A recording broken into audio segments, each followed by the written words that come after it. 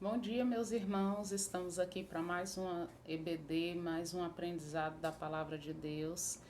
E essa semana vamos falar dos nossos olhos, né?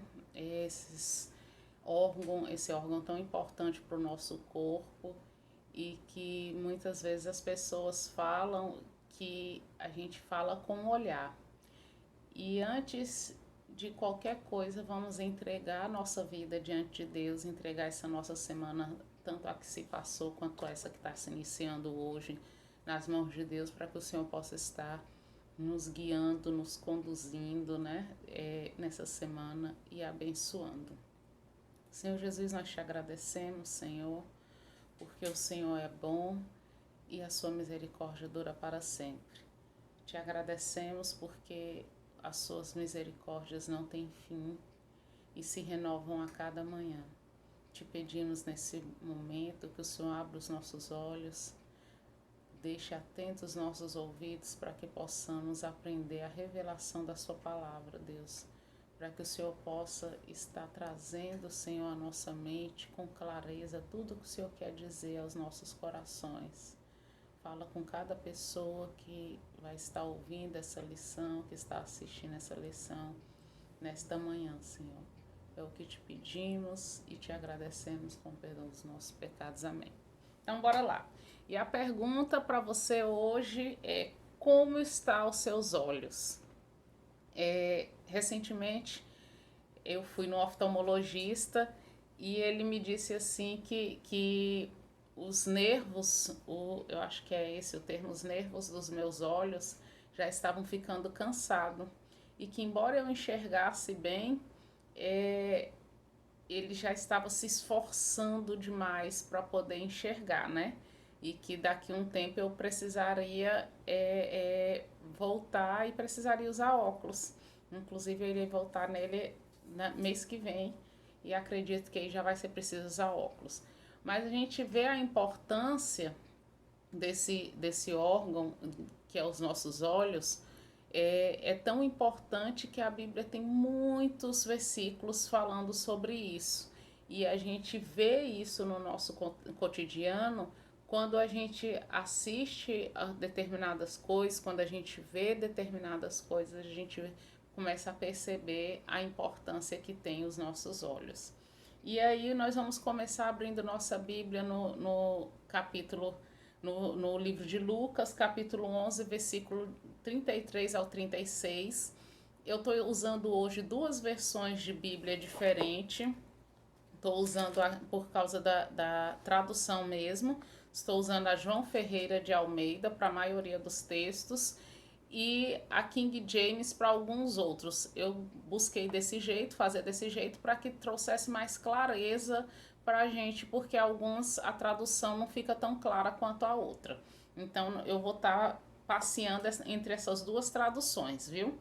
Lucas 11, versículo 33 ao versículo 36 diz o seguinte: E ninguém acendendo uma candeia a põe em oculto, nem debaixo de um alqueire, mas no velador, para que os que entram vejam a luz. A candeia do corpo é o olho. Sendo, pois, o teu olho simples, também todo o seu corpo será luminoso. Mas se for mal, também o teu corpo será tenebroso. Aqui ele compara o olho a essa candeia. Quando essa semana a gente passou por uma queda de energia aqui em casa e a gente ficou até as 4 horas da manhã sem energia. E a gente pode perceber que quando a gente liga uma luz, seja um lampião, seja uma lanterna, seja o que for, todo mundo tende a querer estar perto daquela luz, porque ilumina aquilo tudo. E a Bíblia fala que os olhos são essa candeia do nosso corpo, é dele que vem a luz do nosso corpo. A gente percebe pelo olhar se a pessoa está feliz, pelo olhar se a pessoa está triste. Principalmente nesse período em que todo mundo está saindo usando máscara, né? A gente não consegue ver o sorriso da pessoa se está sorrindo pra gente. mas a forma como ela olha já expressa se ela está sorrindo ou não para a gente, né? A gente consegue perceber através do olhar se existe um sorriso por trás ou não. Esses olhos, os nossos olhos trazem luz para o nosso corpo, e isso é de uma importância muito grande, né? Tem gente que fala assim, você não consegue mentir, porque quando você mente, seu olho diz logo a verdade. E isso mostra que os olhos trazem essa clareza, traz muito do que tem na nossa alma, a gente expressa pelo olhar. Em Efésios 1, de 16 a 18, nós vamos ler agora Efésios 1, versículos de 16 a 18. Diz assim, isso é o apóstolo Paulo escrevendo à igreja de Éfeso, e aí ele fala aqui para a igreja de Éfeso, não cesso de dar graças não cesso de dar graças por vós, recordando-me de vós em minhas orações, para que o Deus do nosso Senhor, Jesus Cristo, o Pai da glória, vos dê o espírito de sabedoria e de revelação no pleno conhecimento dele. Oro ainda para que os olhos de vosso coração sejam iluminados, para que saibais qual é a real esperança do chamado que ele vos fez, quais são as riquezas da glória da herança nos santos. É interessante que Paulo ele fala que ora para que os olhos do coração daquelas pessoas sejam iluminados. E através disso, através desse entendimento, e é lógico que aqui os olhos do coração é um sentido figurado que ele usa, mas quando a gente traz isso para o nosso contexto, a gente vê assim, que a partir do que ele está falando, ele está querendo dizer que o enxergar, o entender a palavra de Deus, ele ora ali para que as pessoas possam ter pleno conhecimento. E aí a gente volta naquele primeiro texto: se os seus olhos forem bons, todo o seu corpo será. Se o que você, a forma como você se vê, a forma como você vê as pessoas, a forma como você vê as coisas ao seu redor for bom, for de uma forma boa, todo o seu corpo será. E por isso Paulo, ele diz que ora para que os irmãos sejam iluminados, para que saiba qual é a real esperança. Se os seus olhos forem iluminados, se o seu entendimento for aberto, você vai entender para que você veio.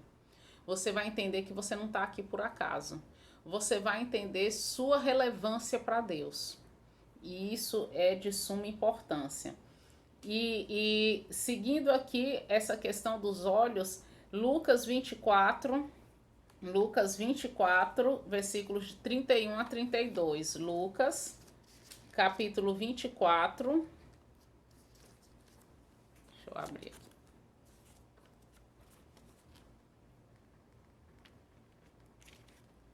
Lucas, capítulo 24, esse eu não deixei marcado.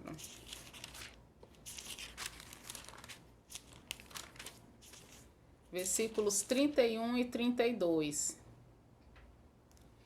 O texto é o seguinte, eu menciono muito esse texto porque é um texto que eu gosto bastante. É quando os discípulos estavam a caminho de Emaús e eles têm um encontro com Jesus naquele meio caminho, naquela metade do caminho. E eles começam a conversar com Jesus sobre tudo que tinha acontecido, e naquele instante eles ouviam Jesus falar sobre os profetas, sobre a história toda, e eles sentiam o coração dele arder, mas eles não reconheciam Jesus. Então, quando Jesus vai com eles, aceitando o convite deles para ir ceiar junto com eles, onde eles estavam reunidos, quando Jesus parte o pão, aí no versículo 31 diz assim: e neste mesmo instante se lhe abriram os olhos e o reconheceram, e ele desapareceu.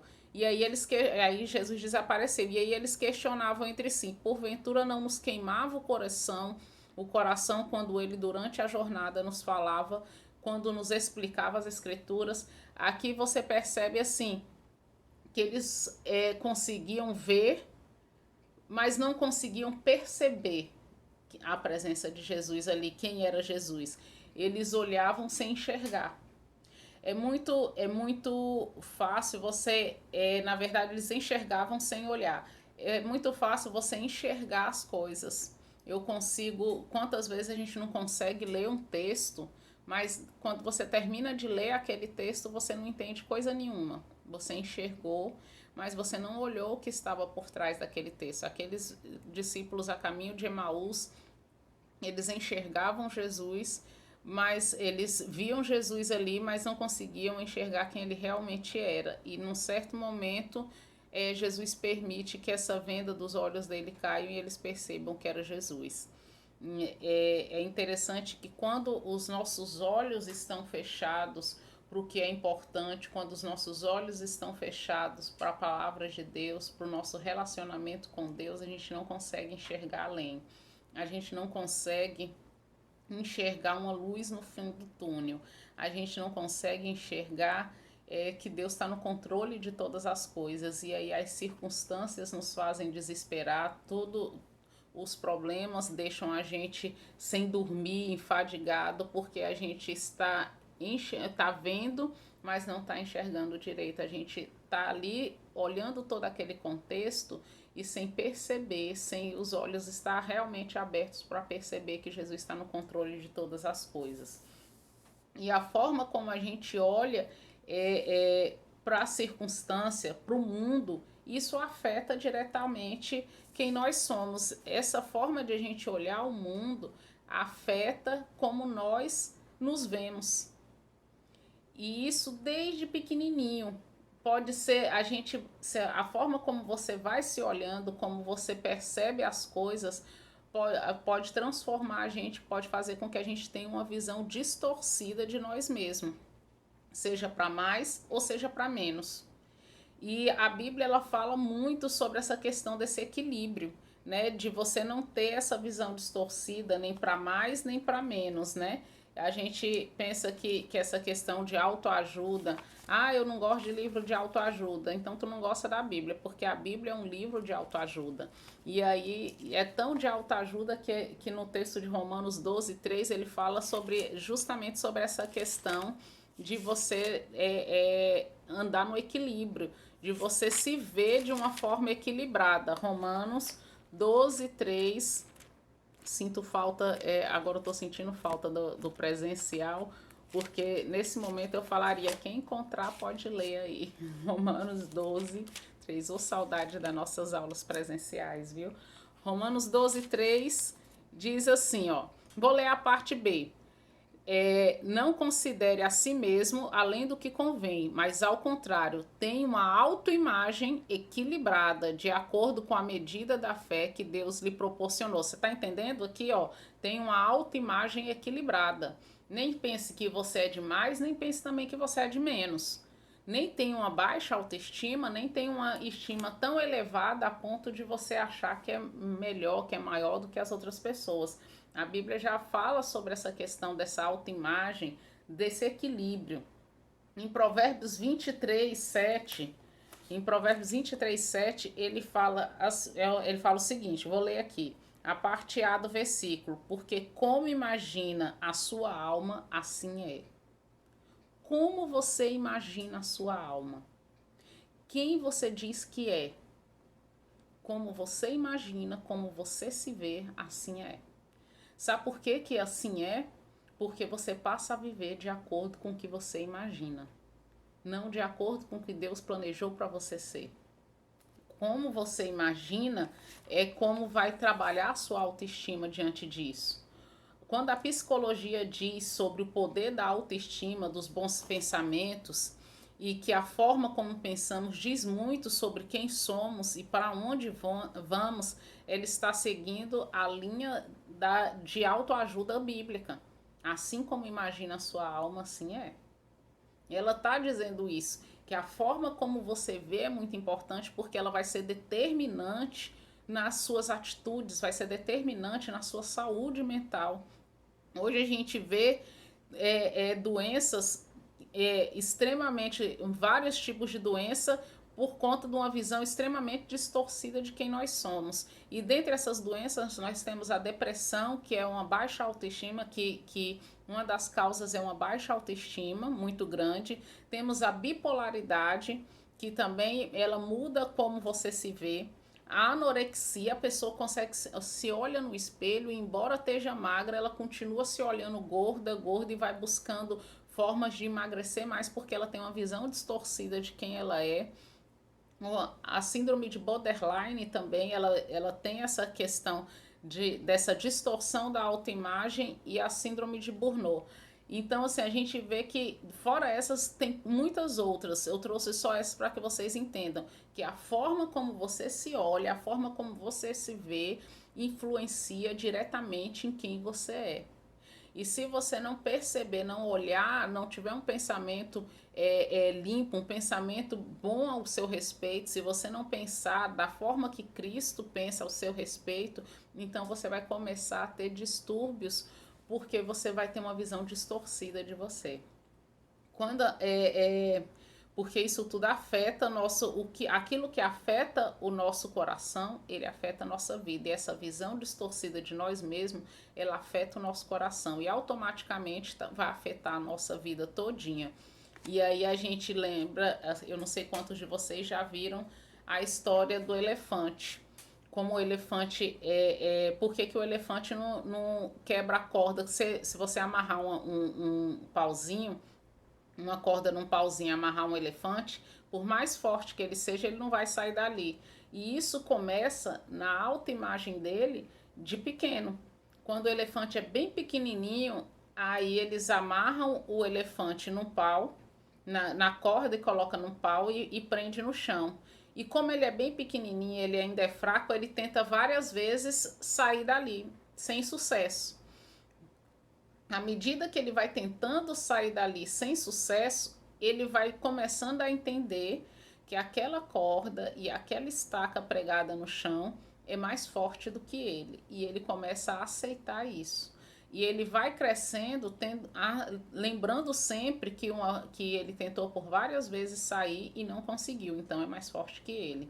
Quando ele já está adulto, ele vai continuar com o pensamento de que um dia ele tentou sair dali e não conseguiu, então ele não vai tentar mais porque ele vai continuar acreditando que aquela estaca, aquela corda é mais forte do que ele. E aí ele passa a ter essa visão acerca dele mesmo. E assim como o elefante, e quando a minha filha estava estudando sobre a escravidão, e eu sempre menciono isso para ela, porque eu acho fantástico como que funciona a mente humana, embora tenha sido um desfecho triste. Ela me perguntava, mãe, os escravos eram a maioria, e na sua maioria eles trabalhavam no campo e não estavam algemados. Por que não fugiam? Eu falei, porque muito pior do que a algema que colocam nos braços e nas pernas são as algemas que colocam na mente. A visão distorcida que tem aqueles escravos, na sua maioria, nasceram no contexto de escravidão e acreditaram que eles nasceram para ser escravos. E eles não fugiam dali porque a mente deles estavam escravizadas, estavam presas naquele contexto. E qual a imagem, qual é a prisão que hoje prende você? Qual é a imagem que você tem a seu respeito? Filipenses 4:8, quando você vai buscar na palavra de Deus, Filipenses 4:8, é interessante que olha como Deus é grande.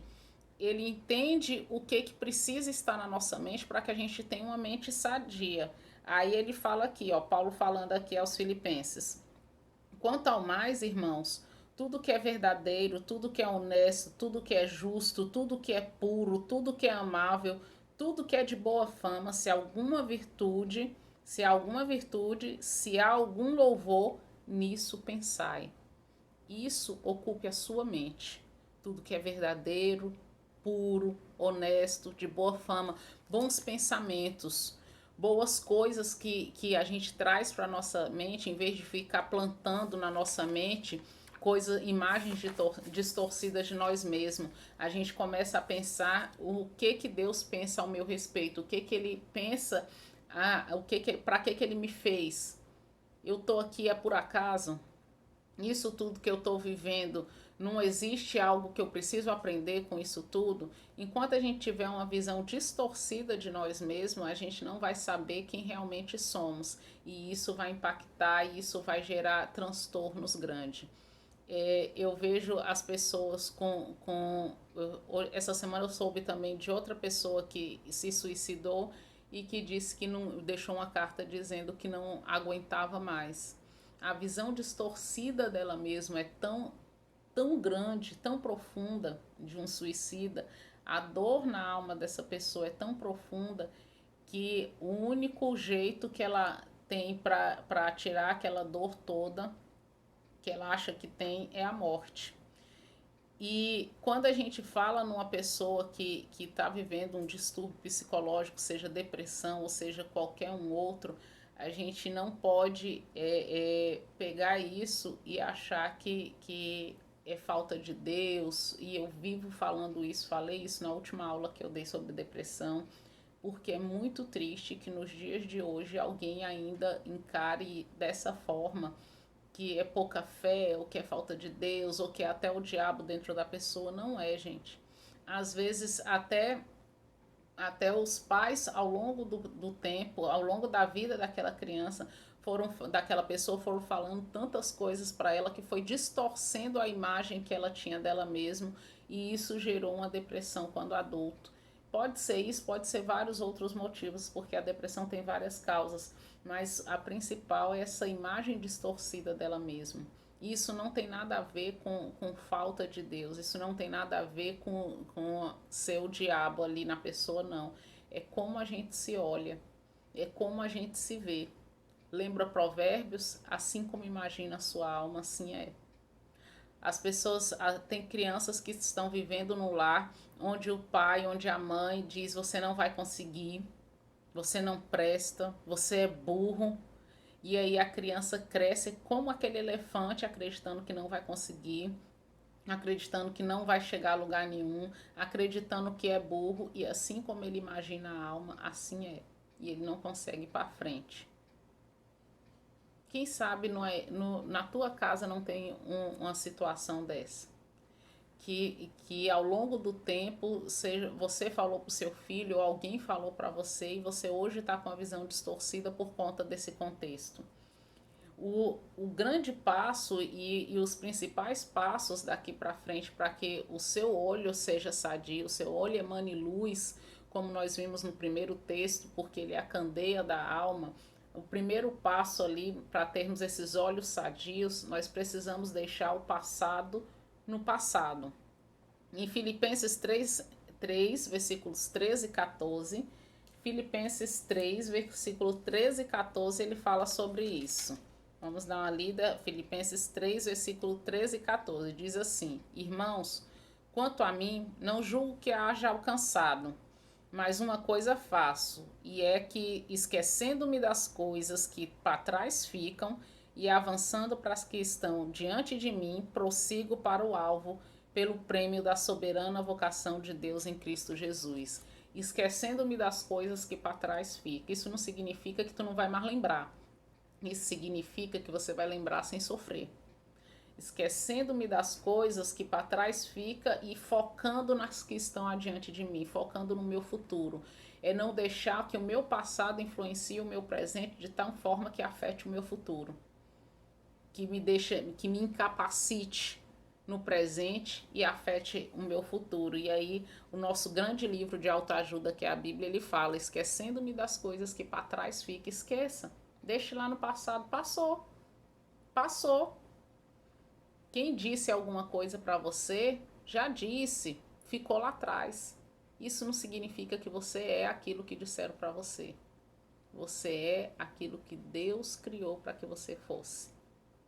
Você é a pedra preciosa dos olhos de Deus. Você é filho dele. E ele te ama tanto, ele ama tanto você, que as coisas que falaram para você, as mentiras que contaram a seu respeito, tem que ficar lá atrás. Lembra o que Paulo acabou de falar: esquecendo-me das coisas que para trás fica, eu sigo para a questão adiante de mim. Eu não vou poder mudar o passado porque ele já aconteceu. mas eu posso mudar o meu presente, a forma como eu vejo o meu presente, para que eu possa impactar nos meus resultados lá no futuro.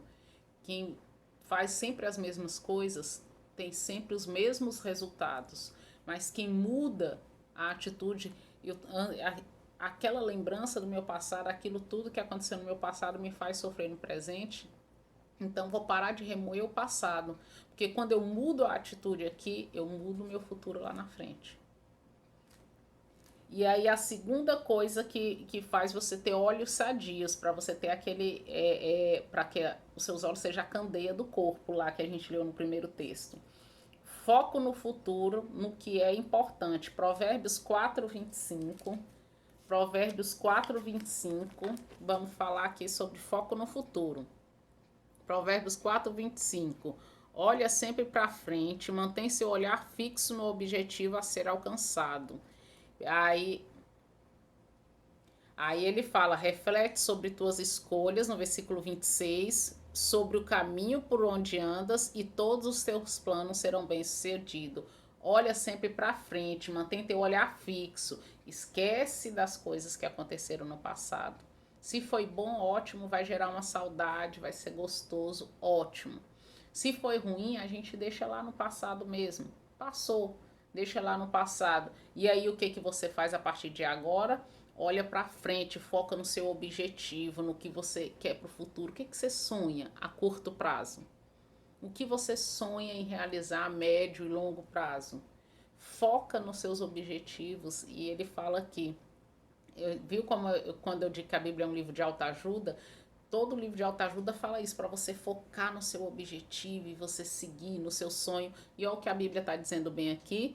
Olha para frente, mantém seu olhar fixo no seu objetivo a ser alcançado e vai nisso aí que você vai alcançar. E vai que você alcança. E aí a próxima coisa é ter sempre como nosso alvo, como nosso maior exemplo, Jesus. Vamos abrir em Hebreus 12, versículos 2 e 3. Hebreus 12, versículos 2 e 3. Diz assim: olhando fixamente para o autor e consumador da fé, Jesus, o qual, por causa do júbilo que lhe fora proposto, suportou a cruz, desprezando a vergonha, e assentou-se à direita do trono de Deus. Refleti profundamente sobre aquele que suportou tamanha oposição dos pecadores contra sua própria pessoa, para que não vos fadigueis, tampouco desanimeis. Aqui ele mostra claramente assim que Jesus ele também foi perseguido, também falaram coisas ruins a respeito dele, também foi machucado, foi ferido, foi traído, ele passou por isso tudo. Mas ele suportou isso tudo. Ele suportou isso tudo porque ele sabia que ele tinha um objetivo. Ele sabia onde ele queria chegar. E ele chegou. E ele fala para a gente olhar para Jesus, que suportou isso tudo, não desanimar, não se enfadigar, e a gente, seguir, olhando fixamente para Jesus. Quando toda vez que você lembrar lá do passado, do que fizeram com você, do que falaram para você, você pensa assim, fizeram coisas muito piores com Jesus. E ele, focou no objetivo dele. E eu vou olhar para ele e vou focar nele. Enquanto você estiver com os olhos fixos em Jesus, nada que falaram para você ou fizeram com você no passado vai fazer você afundar. Pelo contrário, você vai estar sempre andando sobre as águas ali. Aí a gente lê o texto de Provérbios 12, né? E aí a gente, com esse texto de Provérbios 12, a gente começa a perceber que o nosso foco, que a nossa vida, o nosso olhar tem que ser todo voltado para Jesus, tem que ser todo fixo nele, porque enquanto a gente estiver olhando para Jesus, fixo, nosso olhar para ele, a gente vai esquecer das coisas que para trás ficam e os nossos olhos vão ser a candeia do corpo. Comece a pensar essa semana e comece na sua oração, comece a falar, Senhor, me ensina a te olhar, me ensina a me olhar como o Senhor me olha. Me ensina a ter os olhos fixos só em ti, a te olhar somente para ti e muda todo o pensamento errado que eu tenho a meu respeito. Me faz olhar para mim e ver o que o Senhor vê. É assim que a gente tem que se olhar. É se olhar vendo quem o Senhor vê quando olha pra gente. Quem Jesus vê quando olha para você. Comece a pedir ao Senhor para que Ele lhe mostre o que Ele pensa ao seu respeito, quem Ele vê quando olha para você, e peça para que você possa se olhar dessa mesma forma, porque eu tenho certeza que os pensamentos de Deus a seu respeito são muito melhores do que de qualquer outra pessoa. Os pensamentos de Deus, os planos de Deus a teu respeito, a Bíblia fala que são pensamentos, são planos de paz, para lhe dar o fim que ele deseja, coisas boas. Então, mantenha os olhos fixos no autor e consumador da nossa fé, que é Jesus. Vamos pedir ao Senhor que a gente possa se olhar da forma que Ele nos olha e vamos, ó, seguir em frente, rumo ao nosso objetivo. E que a gente tenha uma semana de paz, uma semana de bênção, você aí na sua casa. Nós vamos orar e vamos pedir a Deus para que Ele faça muito mais do que a gente só ouvir isso tudo, mas que a gente coloque em prática isso tudo e que Ele tire da nossa mente, do nosso coração, todo o pensamento errado que a gente possa ter ao nosso respeito, né? Senhor Jesus, nós te agradecemos pela sua palavra que é tão linda, Deus. Traz tanto conforto ao coração, nos mostra quem somos em Ti, nos mostra quão importantes somos para Ti, Senhor. Pedimos que durante essa semana o Senhor vá mostrando a cada uma dessas pessoas como o Senhor as vê, Senhor. Limpa do coração delas todo o passado de dor, todo o passado de tristeza. Limpa do coração dela toda baixa autoestima, Senhor. E que o Senhor dê a elas mentes sadias, mentes lindas, limpas. Que os olhos delas possam emanar luz, Senhor, porque os nossos olhos são a candeia do corpo. E que todas as pessoas que se aproximarem delas possam querer estar mais próximo, Senhor, para estar mais próximo da sua luz que emana através de cada um dos seus filhos, Senhor. Nos abençoe a cada dia, Senhor. É o que te pedimos e te agradecemos com perdão dos nossos pecados. Amém. Semana de bênção para todos vocês.